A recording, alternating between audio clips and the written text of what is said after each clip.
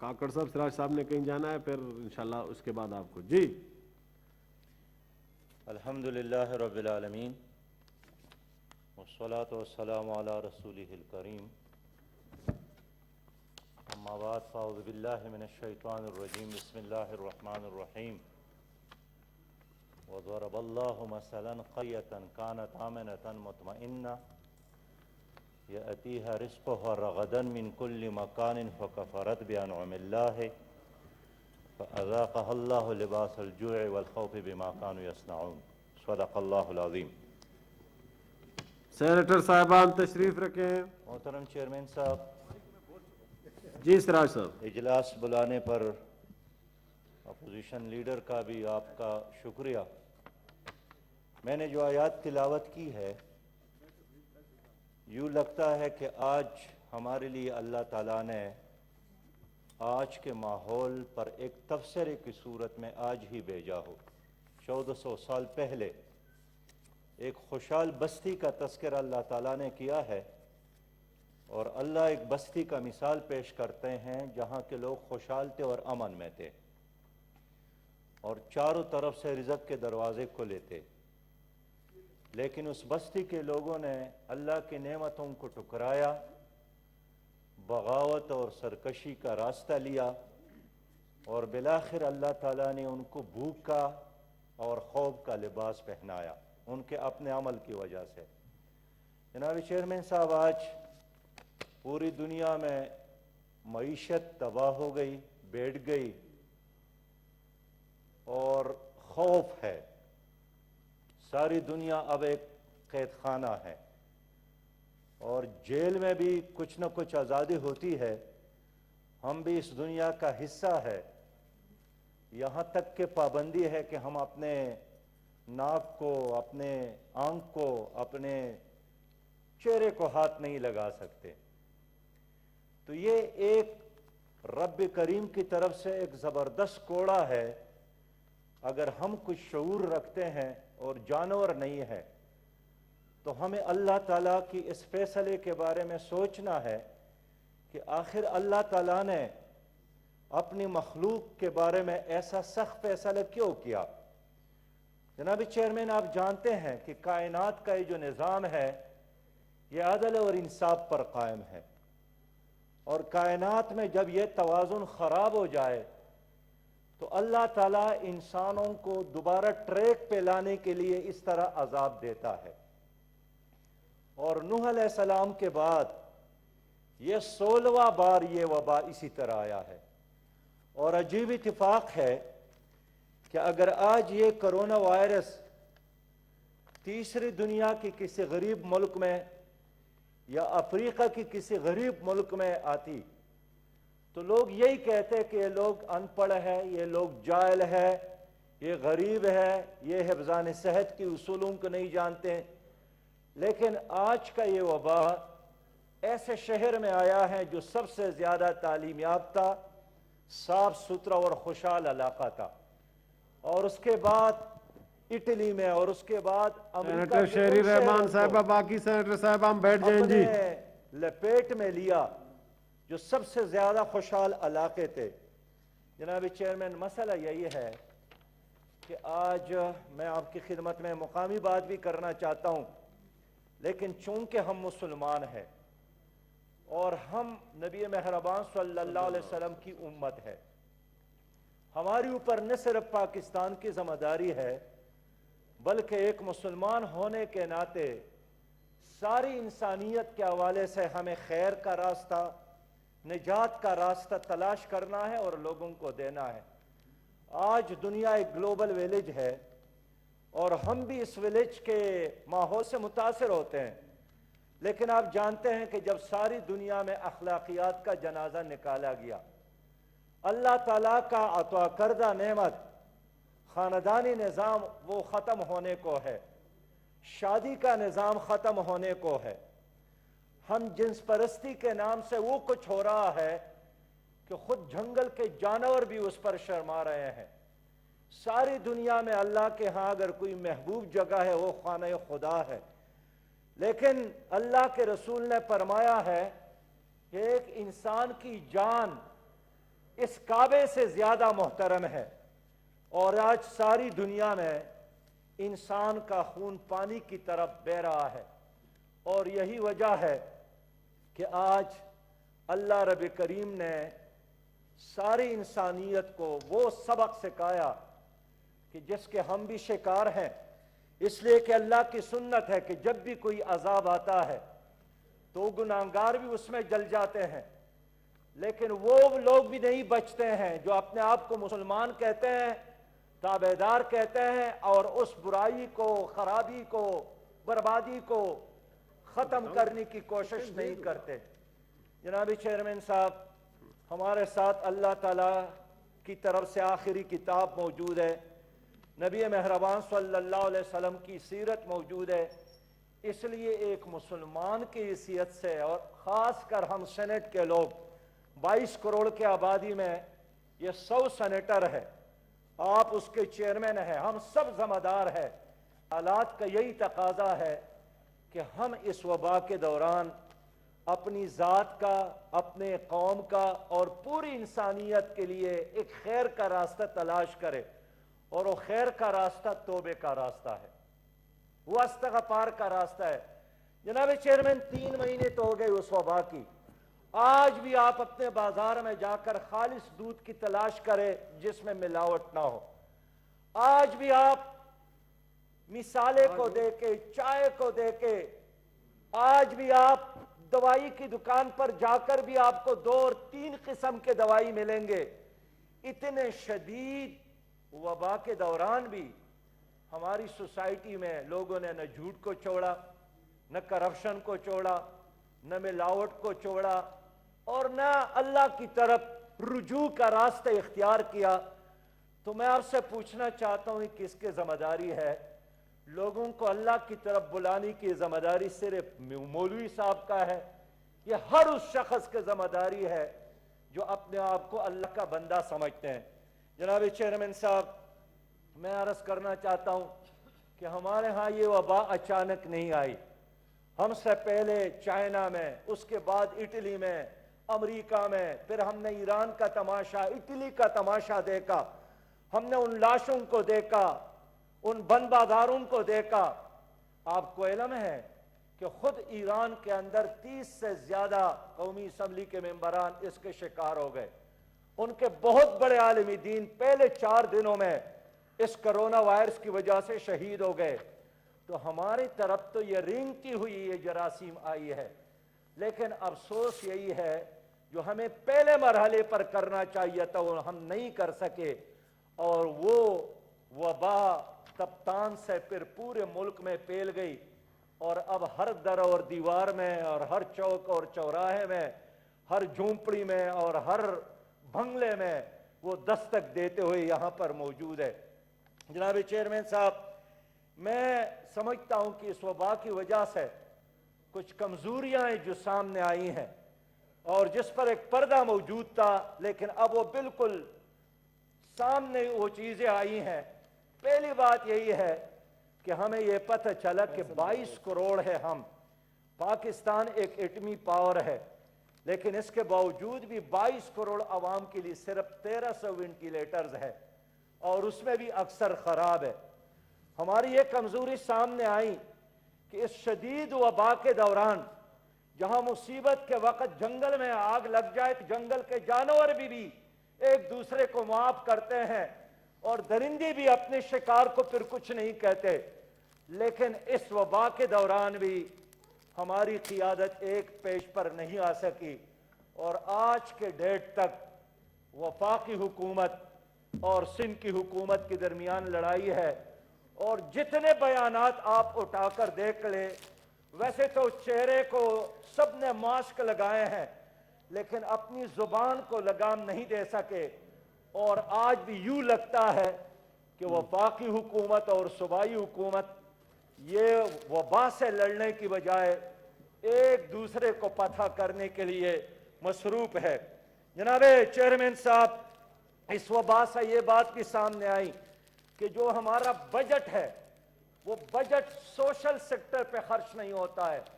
اور زیادہ تر انتظامی چیزوں پر خرچ ہوتا ہے، اور یہی وجہ ہے کہ اتنے خطرناک وبا کے دوران بھی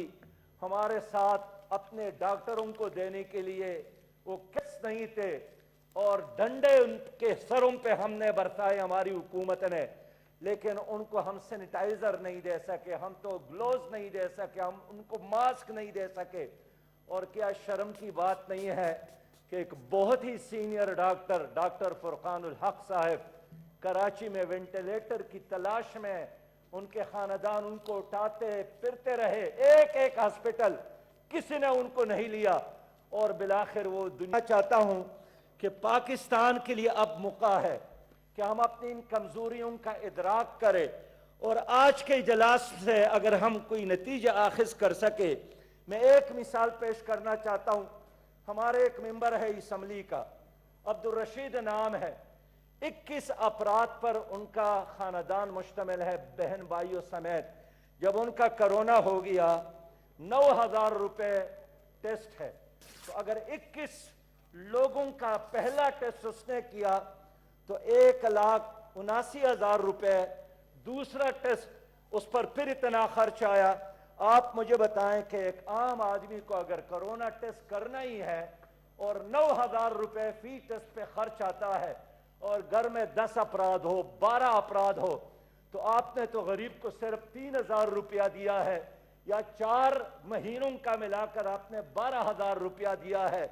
ان کے جیب میں اتنا پیسہ کہاں ہے کہ وہ جا کر اپنا ٹیسٹ کر لے؟ اس لیے کم از کم آج کی سینٹ میں یہ قرارداد، یہ فیصلہ، یہ رولنگ آپ کی طرف سے تو آنا چاہیے۔ یہاں محترم وزرائے کرام موجود ہے کہ پاکستان میں کم از کم کرونا کا ٹیسٹ آج سے مفت ہوگا، تاکہ ہمیں صحیح اندازہ چلے کہ یہاں کتنے لوگ بیمار ہیں۔ لوگ جاتے نہیں ہیں پیسے نہ ہونے کی وجہ سے۔ جو پرائیویٹ لیبارٹریاں ہیں ہے بھی کم، ہمارے دیر کے لوگ، چترال کے لوگ، ملاکنڈ ضلع کے لوگ ٹیسٹ کے لیے پشاور آتے ہیں، اسلام آباد آتے ہیں، لہذا ہمیں کم از کم یہ ٹیسٹ دینے کی اور لینے کی فیسلٹی دینا چاہیے۔ جہاں وزراء موجود ہیں میں ان سے کہنا چاہتا ہوں، دور دراز علاقوں میں لیبارٹریاں نہیں ہیں۔ جو 1,200 ارب کا پیکج آپ نے اعلان کیا ہے، اس میں تو سب سے پہلا کام یہ ہونا چاہیے تھا کہ پاکستان میں ٹیسٹ مفت ہوگا۔ اور پھر میں کہنا چاہتا ہوں جناب چیئرمین صاحب، جو اس کرونا وائرس کے دوران جو لوگ مر گئے ہیں، ان لاشوں کی جس طرح بے عزتی ہو گئی ہے، ان کو دیکھ کر لوگ دریا میں چلانگ لگانا تو پسند کرتے ہیں، لیکن وہ بے عزتی برداشت نہیں کرتے ہیں جو ایک لاش کے ساتھ ہوتی ہے۔ حال یہ ہے کہ WHO نے بھی کہا ہے کہ یہ ہمارا پروٹوکول نہیں ہے۔ اور پھر ایک نہیں چیئرمین صاحب، میں ذمہ دار آدمی ہوں، سنی سنائی باتوں پر یقین نہیں رکھتا ہوں۔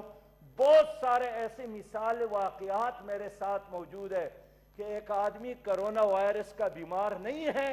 ہسپٹل میں مر گیا ہے، اور انتظامیہ نے ان کے وارثین کو راضی کرنے کی کوشش کی ہے کہ ان کو بھی کرونا وائرس میں شامل کرے، اور پھر جب انہوں نے انکار کیا ہے تو ان کے مرضی کے بغیر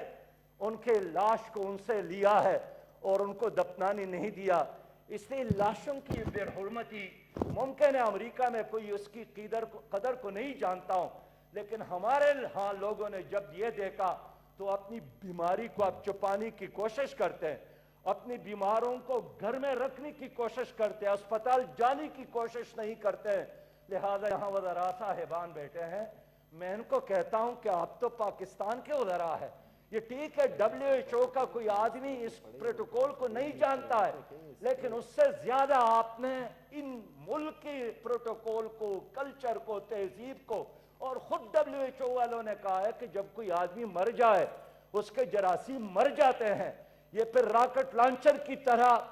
تابوت سے نکل کر دوسرے کو نہیں لگتے ہیں، لیکن ہمارے ہاں لاشوں کے ساتھ جو کچھ ہوا اس کے بہت برے اثرات ہیں۔ جناب چیئرمین صاحب، میں یہ عرض کرنا چاہتا ہوں کہ اوورسیز پاکستانی کا مسئلہ یہاں دوستوں نے رکھا۔ اس وقت اوورسیز پاکستانی بے انتہا مشکل سے دوچار ہے، سعودی عرب میں بھی، امارات میں بھی، یورپ میں بھی، اور ایک وہ ہے جو اس وقت انتظار میں ہے۔ حال یہ ہے جناب چیئرمین صاحب کہ ایک ملک امارات سے اگر 16,000 وہاں کے ریال پہ وہ یہاں آ سکتے تھے، وہ ٹکٹ ڈبل ہو گیا، ملیشیا میں ڈبل ہو گیا، سعودی عرب میں ڈبل ہو گیا۔ خیر، جو لوگ یہاں پر آئے ہیں جناب چیئرمین صاحب، ان کو یہاں ایکسپو سنٹر میں رکھا، یہاں بڑے بڑے ہوٹلوں میں رکھا، اور یہ انتہائی تکلیف دہ بات ہے کہ ہماری حکومت نے ان مہمانوں سے ایک ایک رات کی 3,000 روپیہ لیے، اور اگر آپ نے 14 دنوں کے لیے ایک مہمان کو رکھا اور ان سے 3,000 روپیہ فی کمرہ اور ان سے 900 روپیہ فی وقت کے کھانے کا لیا، آخر جب جناب وزیر اعظم صاحب نے فنڈ کا اعلان کیا تو سب سے پہلے انہوں نے اپیل کی اوورسیز پاکستانی سے، لیکن آج اوورسیز پاکستانیوں کے ساتھ اس حکومت نے جو بے عزتی کی، جو حشر ان کا کیا ہے، وہ نہ وہاں رہ سکتے ہیں، اور یہاں آ کر جس ذلت اور رسوائی کا ان کے سامنا ہوا اس پر افسوس کا اظہار کرتے ہیں۔ جناب چیئرمین صاحب، میں اگر آج کے اجلاس میں یہ مطالبہ کروں کہ ریکارڈ موجود ہے، ان ہوٹلوں میں لوگ ٹھہرے ہیں، ان تمام لوگوں کو ان کا وہ کرایہ واپس کرے۔ پاکستان اتنا غریب نہیں ہے، 1200 ارب اگر آپ نے ان کے لیے رکھا ہے تو ان میں اوورسیز پاکستانیز کو بھی شامل کرے، اور جو بل ان سے لیے گئے ہیں ان کی عزت کے خاطر وہ بل ان کو واپس کر دے۔ جناب چیئرمین صاحب، میں یہ بھی عرض کرنا چاہتا ہوں کہ پاکستان، جناب چیئرمین، پاکستان کے لیے اب موقع ہے کہ عالمی مارکیٹ میں تیل کی قیمتوں میں کمی آئی ہے، اور پہلے بار اگرا نے سفارش کی ہے کہ فی لیٹر قیمت میں 44 روپے کمی کی جائے، لیکن ہماری حکومت نے پہلے تو ہر بار وہ یہی کہتے تھے کہ اگرا نے سفارش کی، ہم کیا کریں۔ اس بار اگرا نے کہا ہے کہ 44 روپے فی لیٹر پیٹرول کی قیمت میں کمی ہو، لیکن حکومت نے وہ بین الاقوامی مارکیٹ میں جو سہولت عام لوگوں کو ملی ہے وہ سہولت پاکستانیوں کو نہیں دی ہے۔ جناب چیئرمین صاحب، میں کہنا چاہتا ہوں کہ خدا کا خوف کرنا چاہیے۔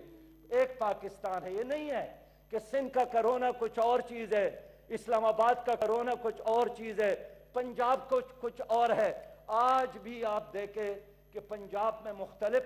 اور یہاں اسلام آباد کی 25 مربع کلومیٹر میں مختلف نظام چل رہا ہے۔ اور جناب چیئرمین صاحب، میں آپ سے یہی درخواست کرتا ہوں کہ ہم سب اسلام آباد میں رہتے ہیں، اس اسلام آباد میں ان دنوں بھی جو کچھ ہو رہا ہے انتہائی باعث شرم ہے۔ ہمیں اللہ کی طرف رجوع کرنا چاہیے، لیکن حجاموں کی دکان تو بند ہے اس اسلام آباد میں، لیکن مساج کرنے والوں کی دکانیں کھلے ہیں، اور اس میں بھی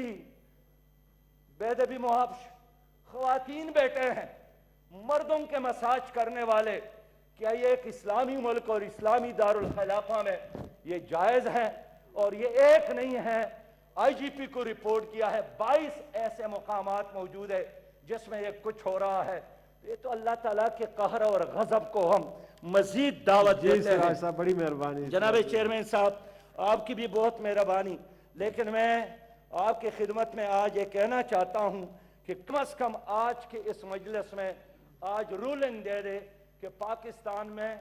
ٹیسٹ مفت ہوگا، تاکہ لوگ جا کر اپنے آپ کے بارے میں جان سکے کہ اس کو یہ بیماری ہے یا نہیں۔ آج آپ رولنگ دیں گے کہ دور دراز علاقوں میں لیبارٹریوں کا انتظام کیا جائے۔ آج آپ رولنگ دے دے کہ اوورسیز پاکستانیوں کے ساتھ جو کچھ ہوا ہے ہم وہ پیسہ ان کو واپس کریں گے۔ اور ابھی جب میں اجلاس کے لیے آ رہا تھا جناب چیئرمین، آپ کے نام بھی یہ پیغام ہے، یہ مقبوضہ کشمیر کے مظلوموں کا پیغام ہے کہ لاک ڈاؤن کی وجہ سے ساری دنیا ہمیں بھول گئے ہے، اور 9 مہینوں سے وہاں لاک ڈاؤن ہے، علاج کی کوئی سہولیات وہاں نہیں ہے، کھانے کا کوئی انتظام نہیں ہے، اور انڈین آرمی نے کرونا وائرس کو ویپن کی طور پر ان لوگوں کے خلاف استعمال کیا ہے۔ وہ ہمارے بھائی ہیں، ہمارے مائیں ہیں، ہمارے بہنیں ہیں، ان کے خاطر کون آواز اٹھائے گا؟ اس لیے سینٹ کی ذمہ داری ہے کہ ہم مقبوضہ کشمیر کے ان مظلوموں کے ساتھ اپنی آواز کو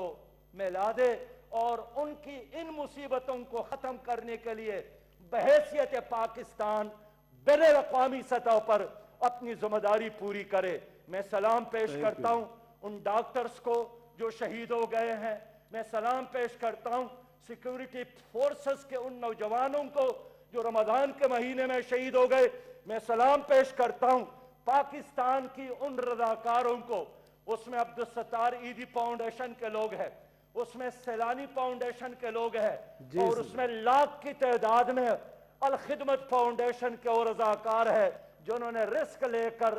سر ہتھیلی پر رکھ کر دوسروں کی خدمت کے خاطر اپنی قربانیاں پیش کی۔ میں پوری قوم کی طرف سے اور سینٹ کی طرف سے ان تمام رضاکاروں کو اور خدائی خدمتگاروں کو Thank you, sir. سلام پیش کرتا ہوں۔ بہت شکریہ۔ Leader of the House, please.